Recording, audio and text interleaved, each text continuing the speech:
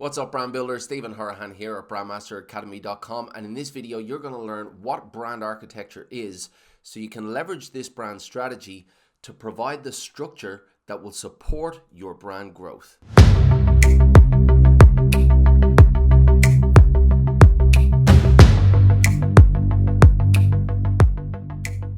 Now, if you're new to the channel and you want actionable brand strategy tips and techniques, well, you're in luck because this channel is full of them.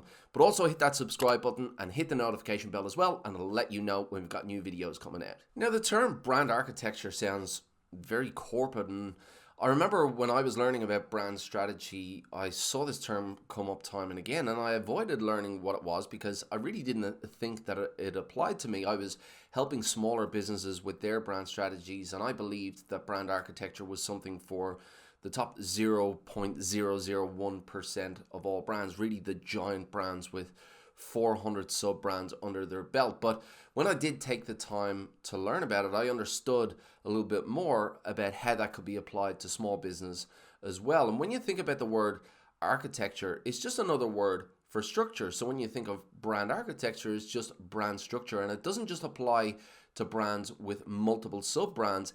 It applies to much more than that. So I want to show you how big brands use brand architecture, and I also want to show you how smaller brands can use brand architecture for their own structure. So what is brand architecture? Well, it's a technique that brand strategists use to provide structure. But where is this structure being provided? Well, it starts on an entry level with products and services.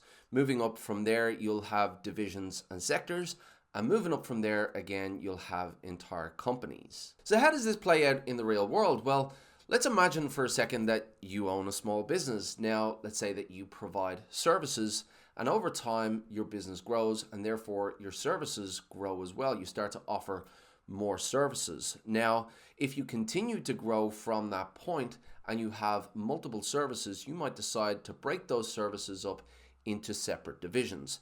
If your brand continues to grow from that point and your divisions grow with that, you might then decide to break those divisions up into multiple companies. Now, you don't need to wait until you get to a point where you have multiple companies to leverage the benefits of brand architecture. Each one of these entities is a possible brand, whether it's a company, whether it's a division, whether it is a service. So how does this play out practically? Well, let's say, for example, you offer brand strategy services and you offer rebranding services. Now, instead of calling your services just rebranding services, you might decide to call it your 5-step brand revive program.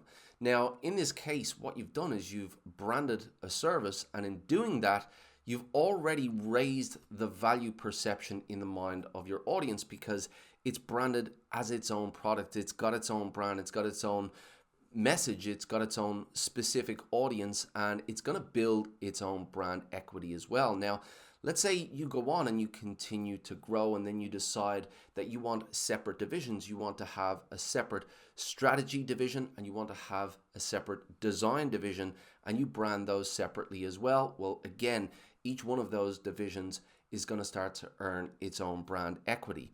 And then moving on from there, again, let's say you decided to then split your business and offer consultancy on this side and then execution services on this side. Again, you're leveraging that brand equity. You're leveraging the ability for each one of these businesses to be able to speak specifically to the target audience that you're targeting. Now, this is not to suggest that as a startup you go out and you brand all your services individually and you start splitting divisions and splitting up your company into two. That's not what this is for. It's really to just get you thinking about how your brand structure might look over time, whether it's your brand or your client's brand, to think long term about where this business is going, where this brand is growing, so you can think structurally about how that will look, so you can provide support to allow for that growth. So let's take a look at some examples here. Now, when it comes to brand architecture, there are two main models, and that is branded house and house of brands. So let's start with a branded house. So a branded house structure is where a parent brand or a master brand sits on top of the sub-brands, and all of the sub-brands are a derivative of the parent brand. So what does that mean? Well, as a derivative, they will all look and feel the same with slight differences.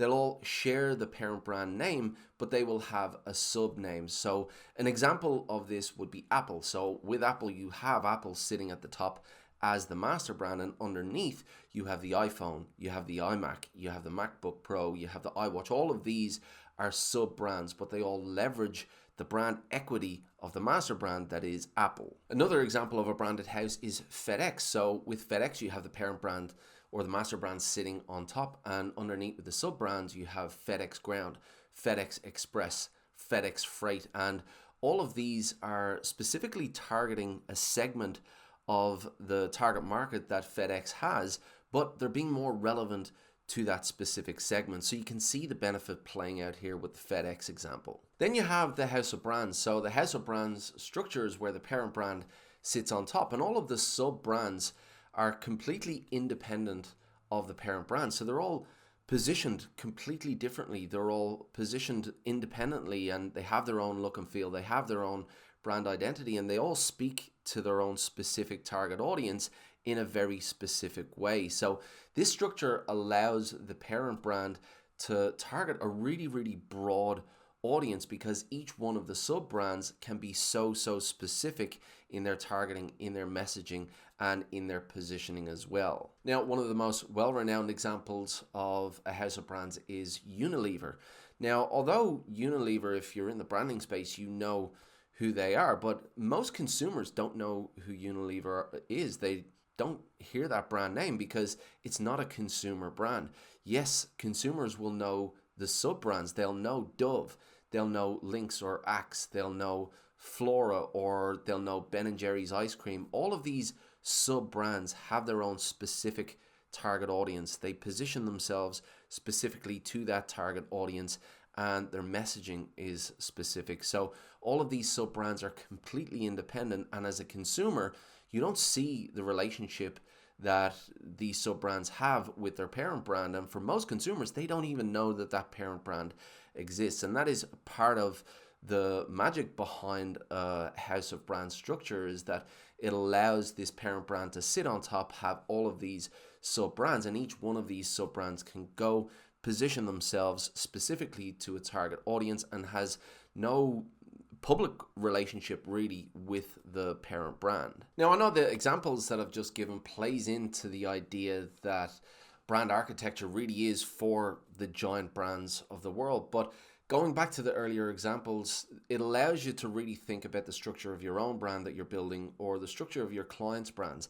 And if you're able to think ahead, if you're able to understand what the vision is long term, then you can spot opportunities for your own brand or for your clients' brands to take the time to brand one of their services or one of their divisions, or divide the company, and really think long term about how that structure is going to play out. And if you're able to do that, you'll provide support for growth long term. But I'd love to hand it over to you now. I'd love to hear from you. What are your experiences when it comes to brand architecture? Do you work at one of these branded houses or one of these house of brands? And do you have some insights you can share in the comments below? Have you used brand architecture with smaller brands that you're building, or your clients' brands? Have you come across it before? Or do you have any challenges when it comes to brand architecture, how to lay it out and how to think strategically about it? I'd love to hear your comments in the box below. If you like this video, please give it a thumbs up, hit that subscribe button, and hit the notification bell as well. It'll let you know when we've got new videos coming out. If you want more actionable brand strategy tips and techniques like this, head on over to BrandMasterAcademy.com and get yourself signed up for the list. It is free, and I do keep some exclusive tips for that list, so get yourself involved. But as I said, let me know in the comments below what your experiences are, what your challenges are. I'll do my best to answer all of those. Until next time, brand like a master, and I will see you in the next video.